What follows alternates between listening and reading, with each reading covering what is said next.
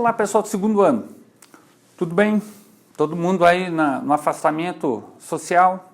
Bem, gente, hoje nós vamos trabalhar ainda com o capítulo 17 da apostila de vocês, peço que abram na página 37, mas nós vamos hoje trabalhar com um outro assunto. Então nós fechamos as características, né, dos espaços mundiais, em termos de agricultura, países centrais, emergentes e periféricos, e agora nós começamos a trabalhar com duas aulas a respeito dos problemas ambientais decorrentes de algumas práticas agrícolas, tá bom?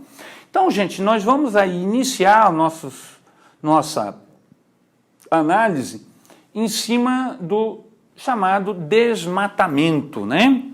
Então, um dos grandes problemas que nós temos hoje em dia em termos de prática agrícola são os desmatamentos, tá? Bem, o desmatamento, gente, ele faz, deixa eu colocar todas as imagens aqui para vocês, né, para a gente poder trabalhar tranquilamente, já com os exemplos aí, tá? O desmatamento, gente, ele faz parte de um processo primitivo de acumulação. Ou seja, o capitalismo, né, no seu primeiro processo acumulativo, ele tem uma ação de construir capital a partir de atividades extremamente básicas. Então, neste caso aqui, a ocupação de áreas florestadas com extração de madeira e, posteriormente, formação de culturas, certo? Da ocupação com a agricultura, certo? Bem, essa exploração do desmatamento, gente, é bom a gente caracterizar que ela não é uma civilcultura, ou seja, ela não é uma atividade de reflorestamento. Eu não estou falando aqui na formação de áreas de reflorestamento para extração de madeira ou manejo sustentável da floresta. Ou seja, eu retiro uma espécie que tem lá um valor econômico alto, faço um corte de forma que haja rebrota daquela árvore e uma preocupação com todo o ecossistema no abate e na retirada dessa madeira. Geralmente é a madeira que nós chamamos aqui no Brasil de certificada. Então ela é retirada da Amazônia, mas ela é tirada através de um manejo de uma área florestada. Não, eu estou falando aqui no desbaste primitivo. Então o cara vai lá, arranca a madeira que lhe interessa, mas deixa uma destruição em volta na forma de estradas que abre, de clareiras por conta da queda da árvore, para posteriormente ser ocupada com a agricultura, tá? Bem, é bom lembrar, né, gente, que isso aqui é a primeira etapa da minha ocupação de fronteiras agrícolas. Então, quando eu tenho uma área lá de terra devoluta, que pertence ao Estado, que é floresta, e vai se fazer a ocupação, são os madeireiros, são o pessoal ligado à extração de madeira que aparece e faz esse primeiro corte, tá? Vai atrás, principalmente, daquelas espécies de maior valor comercial mogno, como exemplo, tá? Não vai ter preocupação nesse processo, gente, como é que ele vai fazer o corte, se vai prejudicar, se vai formar clareira, se vai aumentar o desmatamento, ele não está preocupado com isso. Ele retira aquela madeira e vai, geralmente, exportar essa madeira. Então, aqui vocês têm duas imagens nesse sentido, né? Uma área florestada, do lado aqui, ó, depósito de madeireira, olha a quantidade de troncos, né? E aqui, Brasil, né, norte do Brasil, aí, caminhão carregado de madeira. Essa madeira, geralmente, ela não fica na região, ela ou vai, no caso do Brasil, para o centro-sul, ou com mais frequência para o exterior, então países europeus, Estados Unidos, enfim, os países centrais, tá? Então esse é um primeiro quadro do meu desmatamento, certo? Geralmente, atrás do desmatamento, como eu falei para vocês, vem o agricultor, que também não vai aplicar técnicas adequadas para a ocupação dessa terra, vai realizar as queimadas, tá? Porém, é bom a gente abrir aqui um parênteses. Existem queimadas e queimadas, tá? Nós temos as queimadas que nós chamamos de naturais. Então, por exemplo, isso aqui é uma imagem lá da Austrália, né, gente, chocante, em que você tem uma floresta de eucalipto pegando fogo, mas por conta do clima seco, do verão seco australiano, que faz com que a floresta de eucalipto entre em autocombustão. Muitas vezes essas florestas, elas foram manejadas pela natureza com incêndios e também por povos primitivos que utilizam esses incêndios, às vezes, para fazer o manejo dessas áreas. Mas, claro, no caso dos povos tradicionais, é um manejo controlado, tá? Nesse caso aqui da Austrália, é justamente aí uma queima natural, mas que provoca uma catástrofe imensa, né? Então, quando nós falamos de queimada, é bom aí fazer essa distinção das queimadas naturais e das queimadas antrópicas, certo? Tem aquela de manejo e tem a criminosa aqui que eu coloquei, que é justamente aquelas que são provocadas propositalmente para se fazer a ocupação daquela terra, tá? Como forma natural, da onde é que eu posso ter descargas elétricas, então você pode ter um raio que cai lá numa região e começa um incêndio, ou mesmo o ambiente, né? Então, a Austrália, a secura do meio ambiente, que faz com que a madeira, com que o vegetal entre em autocombustão de tanto calor e secura, tá? Ambientes naturais, alguns deles foram manejados com fogo. Então, os indígenas fazem isso? Fazem, só que de forma responsável e manejada, ou seja, utiliza o fogo como um instrumento, mas ele não deixa esse fogo perpetuar. São duas coisas distintas. Então tem gente aí com essa discussão toda ambiental que diz, por exemplo, que os índios fazem isso tradicionalmente, sempre fizeram, não tem como controlar no Brasil. Não, são duas coisas diferentes. Existe a queimada como forma de manejo, mas é controlada, e tem a queimada, que eu coloquei como criminosa, mas é aquela queimada para limpar a área para o plantio de uma monocultura. Aí é diferente, tá? Uma última imagem aqui, gente, para vocês. Opa, tá aqui, certo? Que é um fenômeno interessante, que são as tempestades ígneas. Então, às vezes, uma queimada, dependendo da sua extensão, ela, na atmosfera, forma o que nós chamamos de chuva de fogo. Então, em vez de cair água, cai mais fogo, cai cinza em alta temperatura sobre a área florestada e piora a situação.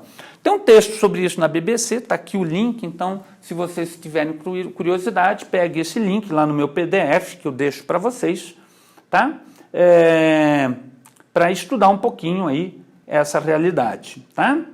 Bem, e o outro tipo de queimada? Seria o conjunto de queimadas que nós chamamos de antrópicas, tá bom? Aí é diferente, certo? Elas são intencionais e alguns chamam de piromania da monocultura. Então, eu destruí, desbastei a minha floresta, toco fogo em cima daquela área para daí ocupar com agricultura, com pasto, com o que seja. Então, isso existe, inclusive, um material técnico, está aqui embaixo, para quem tiver curiosidade de ver, a diferença entre aquilo que eu falei do manejo indígena e da piromania da monocultura, que é comum em várias partes do mundo, tá, gente? Essa prática ela acontece na Austrália, ela acontece no Brasil, ela acontece em várias áreas da África, certo? Então ela não é algo exclusivo nosso. Sudeste asiático se faz a mesma coisa, certo? E o que ela realiza? Ela trata justamente de limpar a área para a formação ou de uma cultura, de uma agricultura familiar, então um pequeno produtor rural, costumeiramente é quem vai ocupar essa área aqui, certo? Que é aquele sujeito que não tem colocação nas áreas tradicionais, ele perdeu a terra, ou ele era um trabalhador rural que ganhava muito pouco, então ele vai se arriscar nessas novas fronteiras agrícolas em formar essas áreas de plantio, né? Ou então para a formação de pasto, é muito comum isso. Então, até pouco tempo atrás, aqui na região de Ponta Grossa, o pessoal tocava fogo, às vezes tem uns malucos que ainda fazem isso, para renovação do pasto, tá? Qual é a ideia desse fogo? Duas coisas, limpeza da minha área e como fertilizante para o meu plantio, né, na sequência, seja de pasto, seja um produto agrícola, mandioca, por exemplo. Então aqui, ó, gente, eu separei esta imagem e mais esta, né? Então, um contraste. Aqui, no caso, para a agricultura, embaixo, costumeiro o uso do fogo para formação de pasto, tá? Bem, galera, deixa eu aqui ampliar um pouquinho o que vocês têm na apostila de vocês, porque assim, a queimada, principalmente no Brasil, ela tem uma metodologia, ela é sistemática, tá? Então, você tem a ocupação da área, primeiro com os madeireiros, posteriormente com agricultores e grandes produtores rurais. Então, como é que ocorre o desbaste da floresta, principalmente na região amazônica, tá, gente? Ela está ligada, primeiramente, na formação de estradas principais, geralmente ligando municípios dentro da região amazônica, tá? A partir dessa estrada principal, você vai ter as chamadas estradas vicinais, certo? Que são justamente estradas secundárias que vão ligar o interior da minha área de desbaste da floresta com a estrada por onde eu vou fazer o escoamento da minha madeira ou da minha produção depois. Então, eu tenho a formação dessas estradas vicinais. Essas estradas vicinais e esse desbaste vai aos poucos, ó, gente, formando as clareiras, já de grande proporção, aonde eu vou ter, então, os assentamentos de agricultores, muitas vezes familiares, posteriormente expulsos por grileiros que vão depois unificar essas grandes áreas e vender elas para outros proprietários com mais dinheiro, né? Então, ali, ó, quase estava esquecendo, formação das minhas clareiras. Então, existe um método nesse processo de desbaste e existe uma estação para isso. É a época que nós estamos agora, que é a época mais seca, principalmente lá na região norte e centro-oeste, onde se inicia todo ano esse processo. É um trabalho de formiguinha, mas que vai causando uma destruição bastante significativa, tá? Bem, o que afeta esse desbaste, principalmente na Amazônia? Nós temos hoje aí alguns estudos dos chamados rios aéreos e rios voadores. E aqui nós vamos pegar a nossa região especial. Gente, o sul do Brasil está numa área subtropical que tradicionalmente é área de deserto. Se você for para a África, é deserto. Se você for para o norte da Argentina e para o norte do Chile, é deserto. Por que o sul do Brasil não é uma área desértica? Em parte por conta dos rios voadores. Então, olha só, o pessoal costumava dizer que a Amazônia era o pulmão da Terra. Ela não é o pulmão da Terra, mas ela é o ar-condicionado da Terra. E ela é responsável pela formação dos chamados rios aéreos, que não só garante a umidade para a América do Sul, mas também para outros pontos do nosso planeta. Então, a umidade vem do mar, se instala em cima da floresta, que vai acumulando a água da evaporação, certo? Do mar, que entra no continente, e no verão nós temos uma expansão dessa umidade para o sul, trazendo justamente grande quantidade de umidade para a Argentina, para o Brasil, para o Paraguai, para o Uruguai, que são as nossas chuvas de verão. São essas chuvas que fazem a renovação todo ano dos nossos mananciais. Então, nós estamos agora atravessando uma seca. Há muitos estudos já colocando o desmatamento na região da Amazônia Ocidental com a queda de pluviosidade no centro-sul do Brasil, certo? Ou seja, à medida que eu permito o desmatamento lá, eu estou inviabilizando as áreas de agricultura no centro-sul do Brasil. Por isso a importância de entender esses rios aéreos, certo? São toneladas e toneladas de água que são transferidos da Amazônia para essas outras regiões da América do Sul, certo? Bem, gente, para fechar aqui a nossa aula, algumas consequências do desmatamento e da queimada. É sempre bom entender isso, que queimada e desmatamento andam juntos, tá?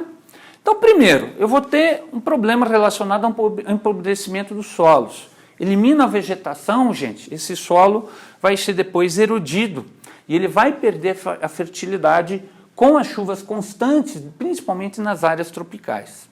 Segundo, no caso do Brasil, é o grande fator hoje de poluição atmosférica. Então, o Brasil em si não é um país que joga grande quantidade de monóxido de dióxido de carbono se eu só considerar as cidades e a indústria. Mas, por conta das queimadas, a gente acaba tendo índices preocupantes, tá? Terceiro ponto, ela vai facilitar a erosão e o assoreamento dos rios. Então, formação lá de vossorocas, né? Perda de solo fértil, certo? E os rios sendo assoreados, os seus leitos sendo assoreados, ou seja, o volume de água que passava ali anteriormente não consegue mais passar sem extravasar, com cheias. E por último aí, gente, a perda de biodiversidade. Então a gente sabe que à medida que a gente vai destruindo floresta tropical, a gente vai perdendo biodiversidade importante, por exemplo, para o setor de fármacos, para o setor de cosméticos, certo? Gente, dá uma lida na apostila, compara com o PDF que eu vou deixar ali para vocês, certo?